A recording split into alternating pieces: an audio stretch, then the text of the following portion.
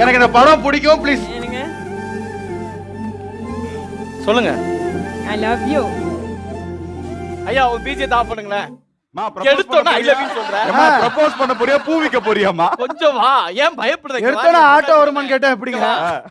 எடுத்தோன்னா என்னங்கன்னு கூப்பிடாத. இப்போ நீ லவ் பண்ற கல்யாணம் ஆனது என்னங்க? சரி வா ப்ரப்போஸ் பண்ணு. கல்யாணம் பண்ணிக்கிறீங்க? கல்யாணமா? ஐயோ திடீர்னு சைல்டு மேரேஜ் ஆச்சு. திடீர்னு கல்யாணம் சொன்னா நான் வீட்ல பர்மிஷன் கேட்கணும்.